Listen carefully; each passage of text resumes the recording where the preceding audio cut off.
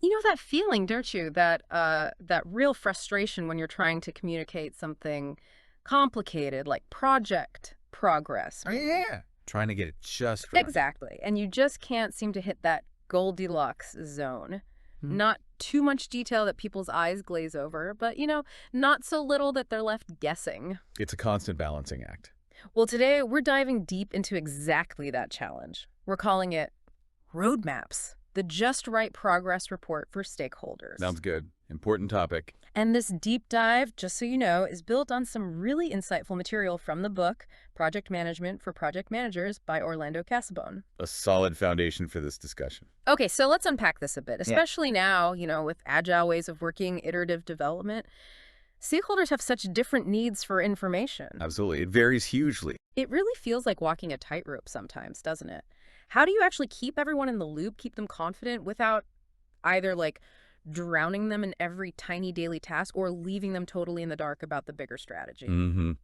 Is there really a just right way? That's the question. It is a critical challenge.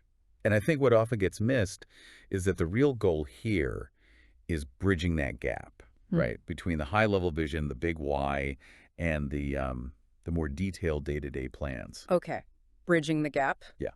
Because for most stakeholders, what they really need is to understand the overall direction. They want to know about the major features coming up, the key milestones. Or the big rocks. Exactly.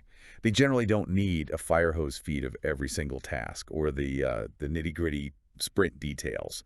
Their focus is more on what's coming and roughly when, not how precisely are we coding that button today. That makes a lot of sense. But, okay, here's where it often gets tricky, I find. We have so many options for reporting progress, There are right? loads of them. But so many just seem to miss this specific sweet spot we're talking about. What are some of those common ways people try that seem logical, maybe, but just don't quite cut it for stakeholders? Yeah, that's a great point.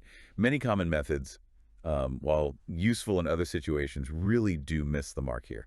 Like, take a simple status email. Okay, yeah, we've all sent those. Right. But it's often too informal, too variable. It just doesn't have that structured visual context you need to really show planned features and timelines effectively. Lacks consistency. Definitely. Then you've got the iteration plan. Now, this is absolutely essential for the development team, right? Tracking daily tasks, backlog items, And the smallest bits of work. the nitty-gritty, Precisely. yeah. But giving that to an executive stakeholder, it's like handing someone, I don't know, a super detailed schematic of a car engine when all they asked was, when will we get there? Ah, yeah. Okay, too much detail. Way too much. Way too much. Yeah. And then the third common one might be productivity charts. Things like velocity, burn rate charts. Right, the two metrics. Exactly. Fantastic for the team itself for optimizing how they work. But for a stakeholder who's focused on the big picture strategy, the return on investment, it's often just noise. It's operational detail they probably don't need to track. Usually, yeah. It's like knowing the car's exact RPM vital for the driver maybe, but not what the passenger needs for the ETA. Okay, so if status emails are too loose, iteration plans are too deep, and productivity charts are too operational. It really brings us back to the main question. Mm. Is there a gold standard report for this specific need? Because honestly, when many people hear roadmap, they might just picture those old static Gantt charts that are instantly out of date. That's a really important distinction to make. So what makes this kind of roadmap different? What makes it the gold standard for giving stakeholders that just right insight? Right. The gold standard we're pointing to here, based on the source material, is indeed the roadmap, but specifically, think of it as a strategic roadmap. Strategic. Okay. Yeah, it's different from those static Gantt charts. It's meant to be a dynamic, visual, high-level view of the product or project timeline. It deliberately doesn't get bogged down in those tiny, granular tasks. So what does it show? It outlines the major releases, the key planned features, and, crucially, approximate delivery timelines. Not exact dates usually, but time frames. Giving a sense of direction. Exactly. Its real power is providing that clear sense of direction and priorities without overwhelming people with detail.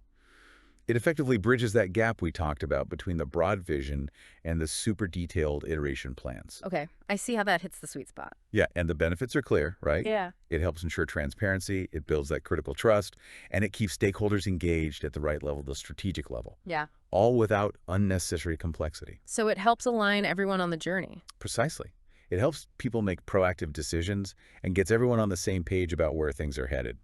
Understanding the power of a well-crafted roadmap like this, it really isn't just for project managers or product teams, is it? Not at all. It feels like it's about mastering communication in pretty much any area where you need to inform people, engage them, build their confidence, leading a team, pitching an idea, even just, I don't know, planning a big family event. Absolutely. It's a fundamental communication skill. And it really makes you think, doesn't it? How often do we potentially miss opportunities? Opportunities for building trust, for real collaboration, just because we haven't quite tailored how we share information to what our audience actually needs. That's a powerful thought. Just not quite hitting the mark with how we communicate. Setting the engine schematic instead of the map, Yeah. Well, if you're listening and you're eager to deepen your own understanding of effective communication in projects and project management overall, which is always a good idea. definitely. We highly recommend checking out the source for today's discussion, Project Management for Project Managers by Orlando Casabone.